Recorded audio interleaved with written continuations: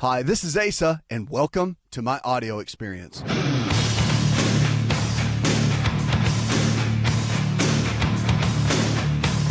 Are your prescription for change? Let's kick it off and go with Rose. Hi, Rose. Yes. Hello? How can I help, darling? Oh, I'm calling about my father. He's 75 years old, and he's having a lot of vascular problems.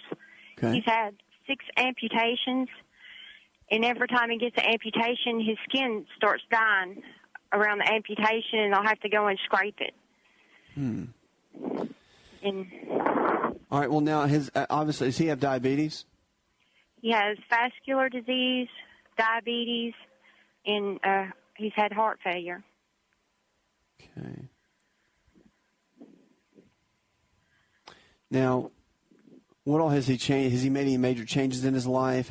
Talk to me a little bit about his lifestyle, what he does now. I mean, if he's losing, the different, what has he lost limb-wise, or talk to me a little bit about that.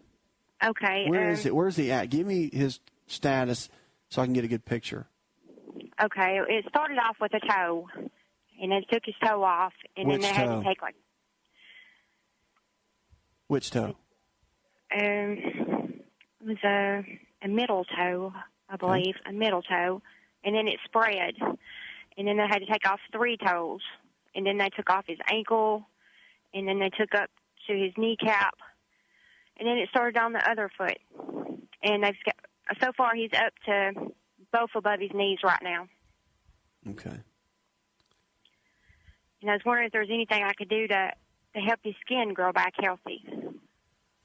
Well, as far as his skin growing back healthy, there's not a lot you can do as far as this regard, because the challenge is that he's in a place where the diabetes is playing a pretty big role. He's got the devascularization due to the vascular disease, and he's had heart failure. So he's got a lot of chips against him. The one thing he can start doing more than anything is to change the way that he eats, watching the nutrition that he puts in his body.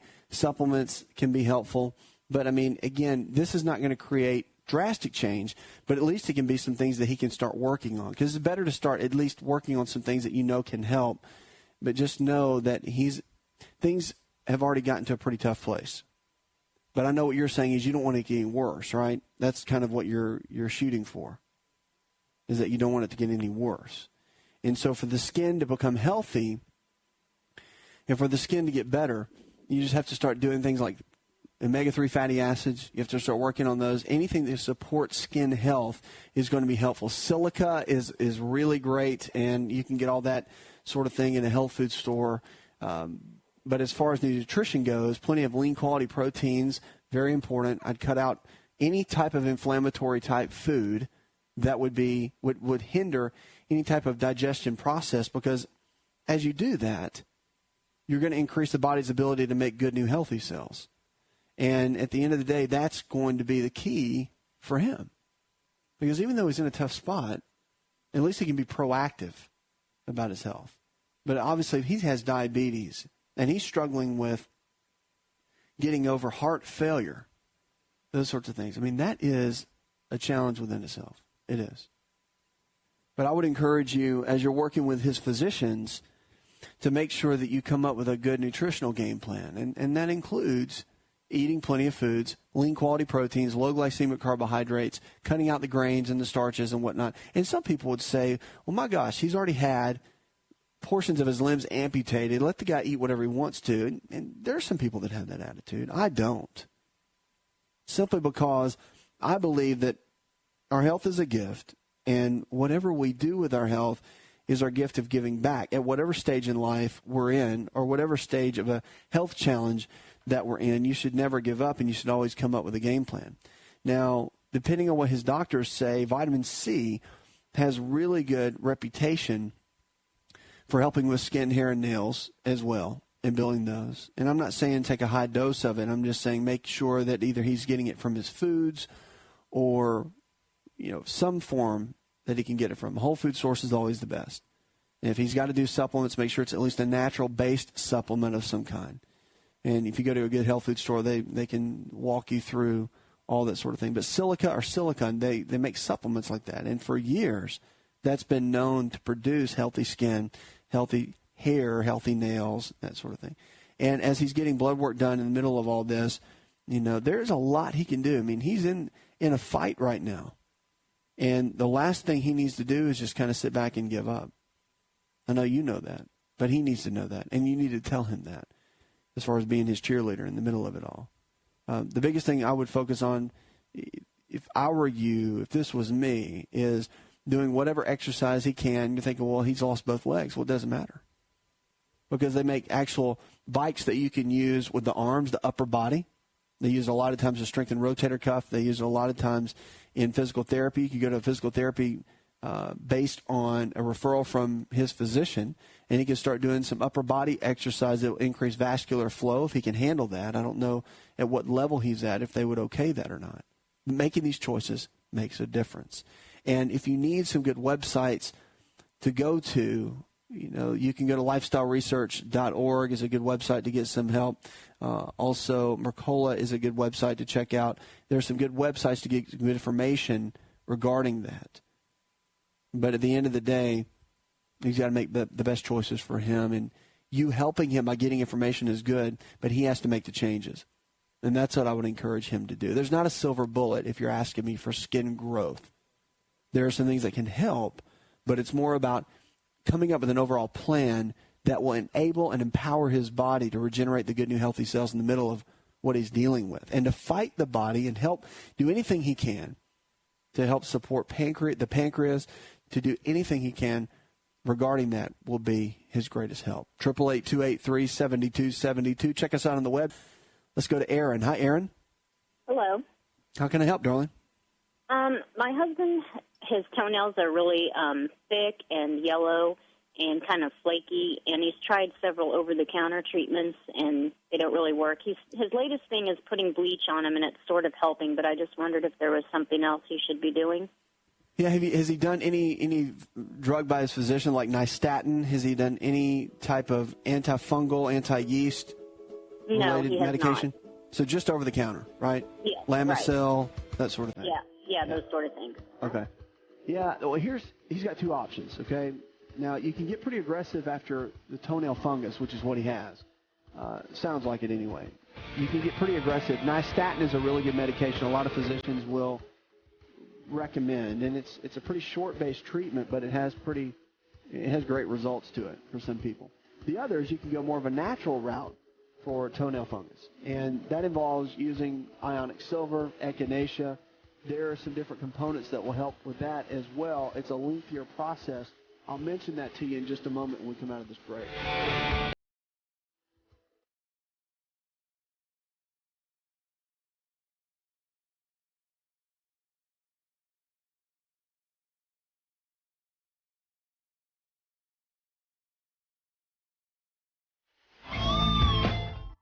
If you're looking for increased strength, increased endurance, and better recovery, then look no further than an all-natural nutritional supplement called creatine hydrochloride. Concrete is the brand, and it's the most absorbable form of creatine hydrochloride found today. Now, creatine is not just for athletes. You probably heard that before, but Concrete, creatine hydrochloride, is for the everyday person looking to improve their health. Listen, I started taking creatine in college when I was a strength and conditioning coach at Florida State University, and I've taken it ever since my college years, and it's made a massive difference in my life. Everything in my body, I believe, is functioning better because of creatine. Creatine hydrochloride I've moved over to using Concrete, and it is the best form of creatine on the market. Concrete creatine hydrochloride is available at most Walmart stores and on Walmart.com or any store that carries nutritional supplements. Just make sure to look for Concrete brand creatine hydrochloride and watch your endurance, your strength, and your recovery and your immune system get boosted today.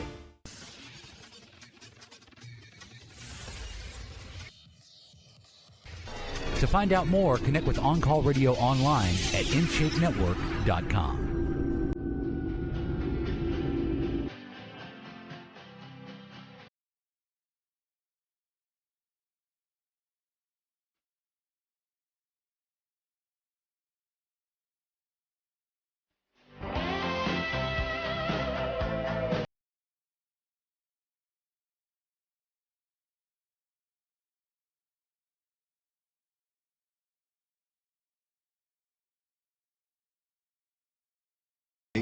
with Erin. She was talking about her husband's toenails, dealing with toenail fungus, really, is what's going on. And they've tried some over-the-counter medications. They haven't really worked. And we were talking about going into something deeper. A lot of physicians will recommend something like nystatin, typically, if they want to go for yeast infection, potentially, and sometimes with fungal-related infections as well.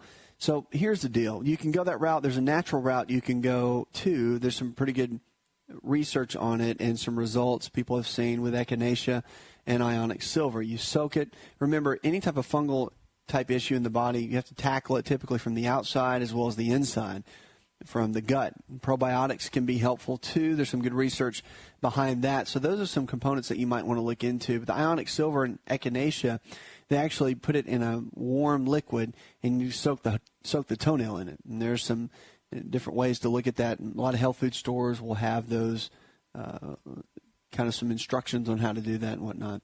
But you've got to tackle it from the inside too, and that means getting the gut flora in a healthy state. And there's a lot of ways to do that. Probiotics are really, really beneficial. Using enzymes or a betaine hydrochloride when he's eating his meals can be very helpful too. But again, wormwood and black walnut are two from an internal perspective in more of the natural world. If you want to look at more herbal formulas and all that, that can tend to be helpful. So you might want to look into that. There's been people that have said that's really good results with both of those. Just be careful when you look at those. Look at the brands and make sure you read the labels and all that sort of thing if you're going to do your own research. Because with black walnut, wormwood, those types of antifungal type herbal formulas, if you will, if you look in all the standard text on dosages and all that, you have to cycle those, they say, in a lot of the books, like the PDR guide, which is a standard guide, will tell you that it's better to cycle those. Like when I say that, it's taking 7 days on and 7 days off or 14 days on. You have to look at that. And again, the people in the health food stores will be able to guide you in that process. But if that doesn't work, if you want to go that natural route, if you're thinking about that, just keep this in mind. Again, I'm just the guy to give you information. So keep this in mind that if that doesn't work, there are medications that your primary care physician can give you that are not really, I mean, when you think about, I know everybody's worried about side effects, but they do work and they can knock things out fairly quickly, and you can kind of get back onto it. The toenail fungus can be a real challenge, and it can linger for a long time. Some people have a really, really tough time getting rid of that. So I hope that's helpful. Some of the natural things can work, and like I said, they work for some people, some they don't. All right, thanks for the call. 888-283-7272. That's 888-283-7272. The memory of teens might be affected by binge drinking. Now, I know that teenagers don't drink. I know this is something that that they don't do. Of course, it's something that they do. It's widely known, binge drinking. Kids in college, it goes hand in hand. Well, they found now that it affects the brains of teenagers. A new study shows that the long hangover can wear off, but the binge drinking impairs the working spatial memory of teenagers. Girls especially are more vulnerable to these effects, they said. The spatial working memory is the ability to perceive the space around you, remember and work with this information to perform a certain task, such as using a map or playing sports or driving a car. And so one study found that female teenage heavy drinkers had less brain activation in several brain regions than female non-drinking teens when doing the same spatial task. So the researchers, Susan F. Tappert, acting chief of psychology at the VA San Diego healthcare system, in a news release, she said the differences in brain activity were linked to worse performance on other measures of attention and working memory ability. So this study was published in Alcoholism, which was a clinic and experimental research journal. But they said that heavy alcohol use could interrupt normal brain cell growth during adolescence, particularly in the frontal brain regions, which could interfere with the teen's ability to perform in school and sports and can have a long-lasting effect even months after the teen uses. And again, teens are drinking alcohol. We know that. It's one of the biggest points in life that kids or teenagers, later teens, hopefully, start drinking in the college years. And they get the hangovers and whatnot. And learning that it does affect memory is challenging. Now, what it does affect is more so acetylcholine, which is our brain chemical, our number one brain chemical that affects memory. So, again, I mean, I don't want to get on a soapbox about drinking alcohol and that sort of thing and getting hammered or drunk with all your buddies. But, again, it does. It affects memory, and they're proving that. And there's no free lunch. Whatever you do that's harmful to the body in some aspect, there's consequences all the way, every time. So if you eat poorly over a long period of time and you get cancer in your 50s, you can't sit there and go, gee, I wonder how I got cancer. Or you can't sit there and go, I don't know how I had a heart attack at 45 when you've been eating horrible and you're 50 pounds overweight for the last 15 years. You just can't, you can't ask those questions. So if you drink all the time and then your memory starts to fade, or you smoke pot all the time and your memory starts to fade and you don't know why, and you feel like I'm not as sharp as I was 2 years ago, well, you got to think about that. Again, I had a great professor tell me one time there's no free lunch, and that's true. It's not. You will pay a price. So, and this is a great example. But again, the challenge is you can't tell teenagers it's going to affect. No one cares if it affects your memory. That's the challenging part. It's only after they get into their later 20s and 30s and they start getting these kind of issues that it becomes a challenge and it becomes something that they're overly concerned about. But memory can be enhanced if you build up acetylcholine in the body. So if you've gone through this, let me give you just an up on this, is that if you have gone through times of binge drinking, you feel like your memory is decreasing, a lot of things you can do to raise acetylcholine, eggs, fish, chicken, beef, and also the hard cheeses can raise acetylcholine levels, but also there's some supplements that can be helpful. Phosphatidylcholine, very helpful. Lecithin can be helpful. Vitamin B5, also galantamine and huperzine, which is called club moss. All those can be very beneficial in your overall memory. Hi, it's Asa. I'm giving you a copy of my best-selling book for free to help you in your health journey today. I'll pay for the book. All you do is just cover the small shipping and handling costs. Go to AsaRx.com and get your free book today.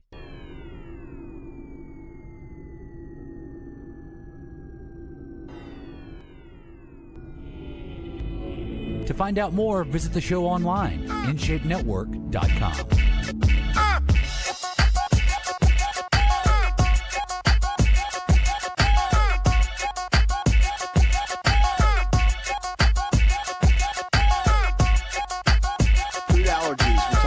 Hay fever, getting into that season, people are getting more concerned about it. You know this, firstborn children, this is kind of a neat study, firstborn children may be more likely to suffer from certain types of allergies, finds a new study. The Japanese researchers surveyed parents of more than 13,000 children aged 7 to 15 and found that a child's birth order did not seem to affect the prevalence of asthma or eczema. However, firstborn children were more likely to have hay fever, pink eye due to allergy, and food allergies. In fact, the investigators found the prevalence of food allergy was 4% in firstborn children, 3.5% in secondborn children, and 2.6% for children born later.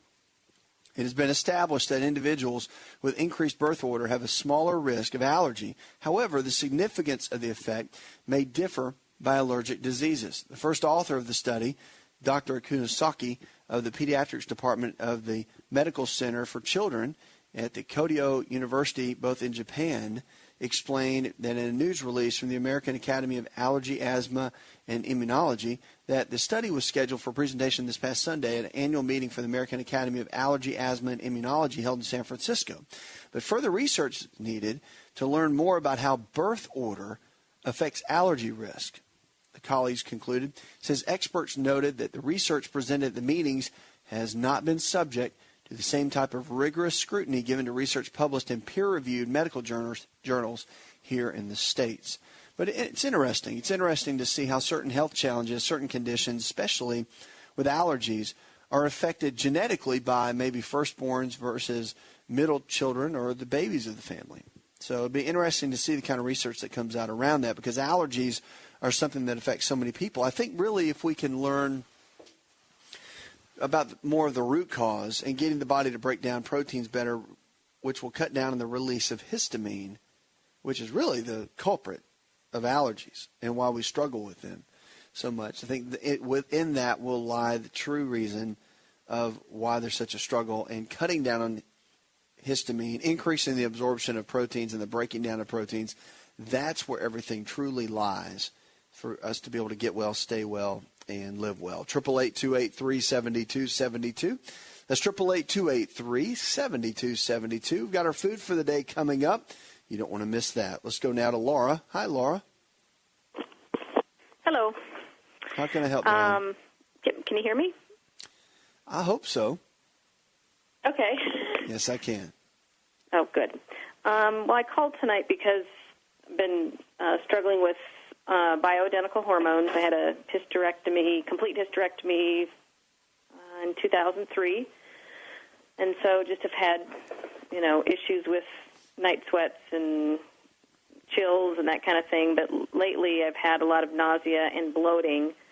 And when I had my hysterectomy, I also had a tummy tuck, and I've had 2 C-sections. And so having some issues now with bowel changing, and went to the doctor, a different doctor today, and she said I shouldn't be on progesterone because I don't have a uterus, and my other doctor totally disagreed. And so anyway, now I'm having issues, and they're thinking maybe scar tissue is causing obstruction or some kind of problems with my organs.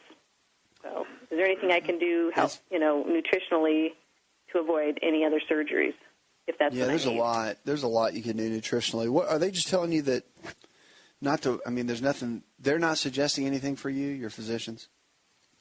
The one I went to today said get off the progesterone for a couple of weeks, take Prilosec, and see if your symptoms go away. But if you end up starting vomiting or cramping, to basically get to the ER right away.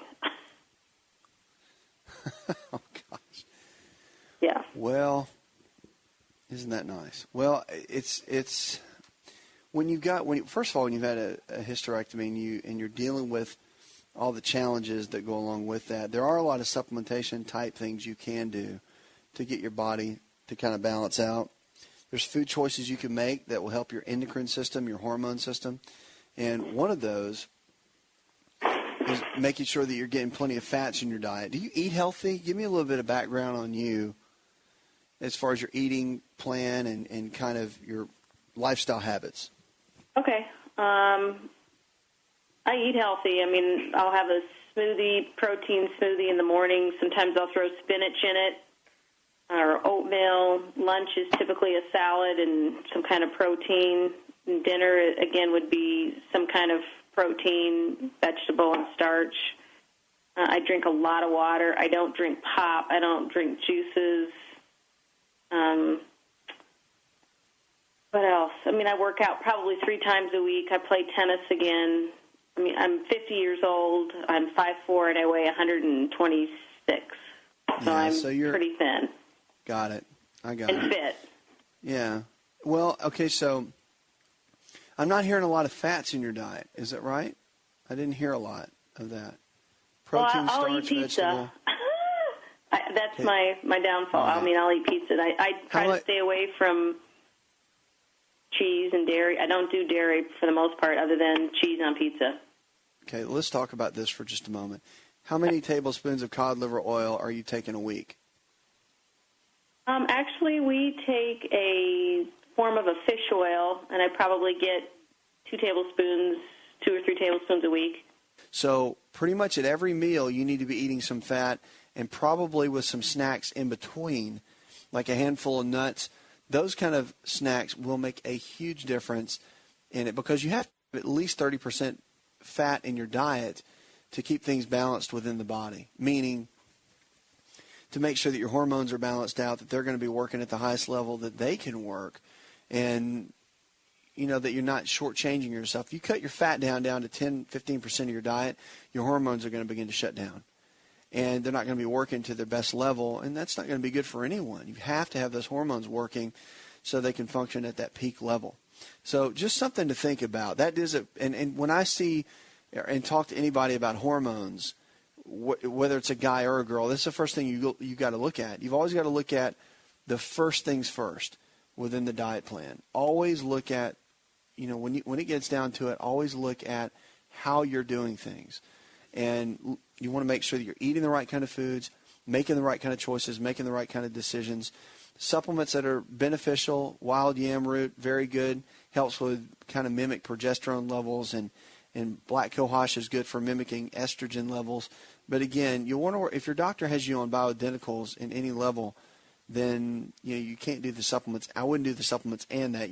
If you do, you're going to want to make sure you're with them and you got that whole game plan down and you're working with them on a good level. Just a couple of things to think about, all right? But just know this, your body can change. Even though you've had a complete hysterectomy, seen too many women, talked to too many women that have gone through it, and if your eating gets right, your exercise and all that, your lifestyle sounds great. But getting the fat levels up, looking into supplementation, especially the foundational 4, that's what everybody needs to be on a regular basis. A good whole food multivitamin, digestive enzymes, cod liver oil, probiotics, all 4 of those. So critical, so important. And it just gives the body back what it needs. It gives the body what you're not really going to get from our food supply. So keep me posted on how things go and make some of those changes in your diet. See what happens. 888-283-7272. That's 888-283-7272. You're listening to the Best in Healthy Talk Radio. Let's go to Jim now. Hi, Jim. How are you doing, sir? Living well. What's up? How can I help? Well, as you were talking about earlier, a friend of mine has got, I'm just trying to help a friend, and a friend of mine has got been diagnosed with rheumatoid arthritis, and if I'm pronouncing that correctly. And you are. Anyway, and she's a sweetheart and, super healthy, about 6 foot tall, in perfect shape, probably about 38 years old. And she's, been diagnosed with this, and she's taken the common medicines that they prescribe you, and so on and so forth. And I was asked her if she had heard of your show and if she knew anything about, your show and what you suggest, and is there anything you could suggest for her to take that might, turn the corner or help her out or ease, she's not suffering from what I can see now, but she's talking in 10 years she could be, that one would have to carry her around type situation. So it could be very serious down the road. So is there any kind of plan or anything that you could suggest? And there is. There is. Rheumatoid arthritis is not only an inflammatory condition, but it's autoimmune, which is where the body attacks itself. And that's a real challenge because, here you are, she's trying to live healthy, probably trying to do the right thing, and her immune system constantly is attacking the joints, causing them to disfigure and whatnot. The anti-inflammatory diet that I wrote in my book, Empowering Your Health, that is a real key because it's going to cut down inflammation in the body, set her body up to where it can function at a higher level, and it really, really is something that could be a blessing to her. And I would encourage you to get her, maybe to get a copy of that, start following that. Now, the other thing is to figure out which one of the T helper cells are being more active in the autoimmune process. And the way to figure that out is by a simple self-test at home using green tea and echinacea tea. One of those teas, when you drink about 5 cups a day for a couple of days, is going to flare it up, and one's going to make it feel better. Figure out which one that is and keep me posted. She can always shoot me an email. Obviously, if she starts feeling really bad, you want to stop that one. But the autoimmune, one of those factors are affecting the other, and if you can figure out which one it is, then you can settle things down. You can never quit it, can't never stop it, but you can get things to settle down a bit and slow the process. Want to turn back the clock 15 years and have more energy? This is Dr. Asa telling you to just breathe with LiveO2. LiveO2 delivers the right amount of oxygen we need for optimal health. Go to liveO2.com. That's liveO2.com.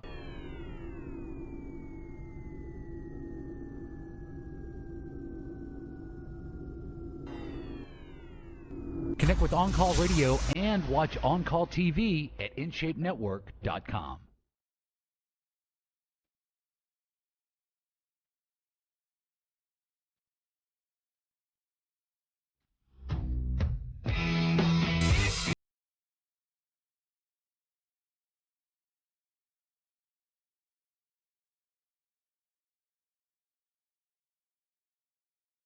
7272. Check us out on the web. Let's kick it off and go with Chris. Hi, Chris.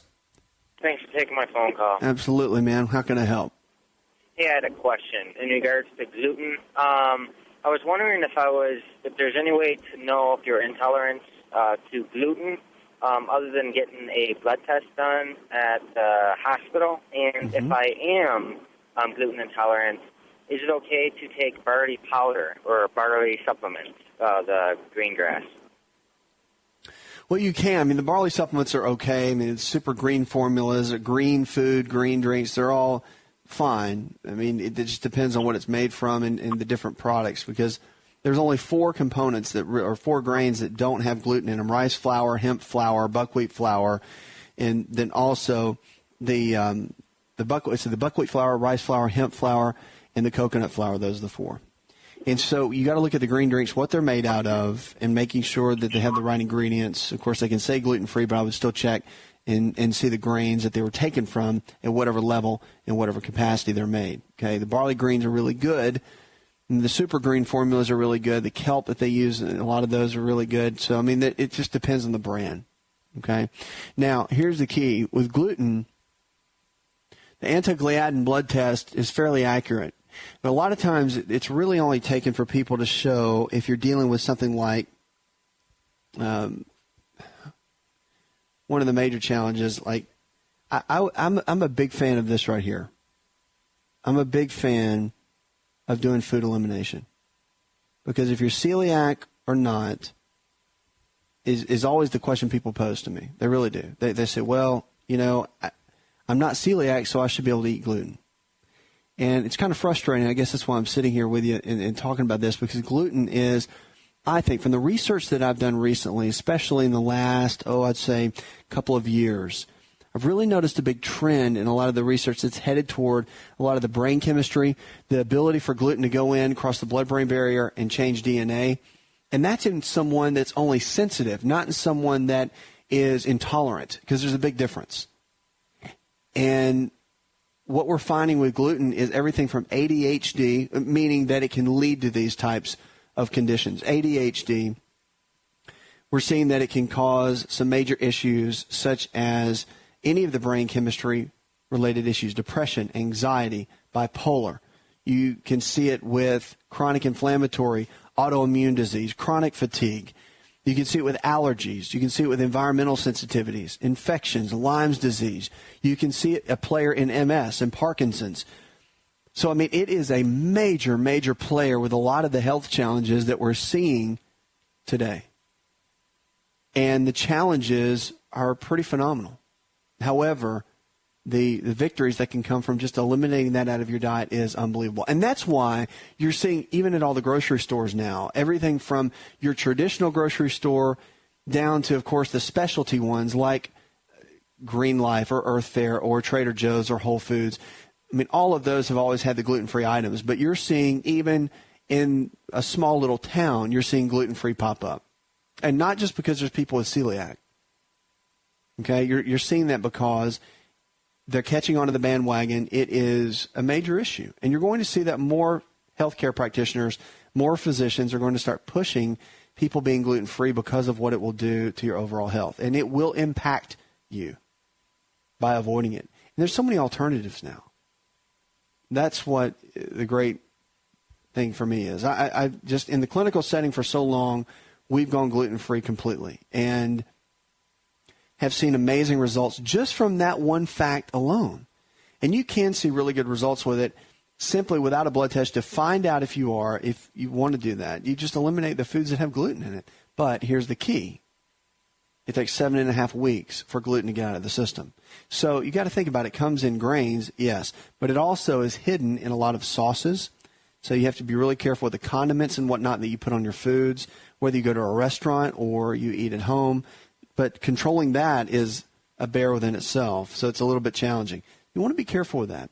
But if you want to go gluten-free, if you're looking at that, if you want to say, hey, I just want to see how I feel. I have yet, whether it was through my book that people have read or it was through the massive amount of emails that we get through the radio show and television broadcasts that we do, whatever it is, I tend to get so much response from people that said, you know, I did this one thing.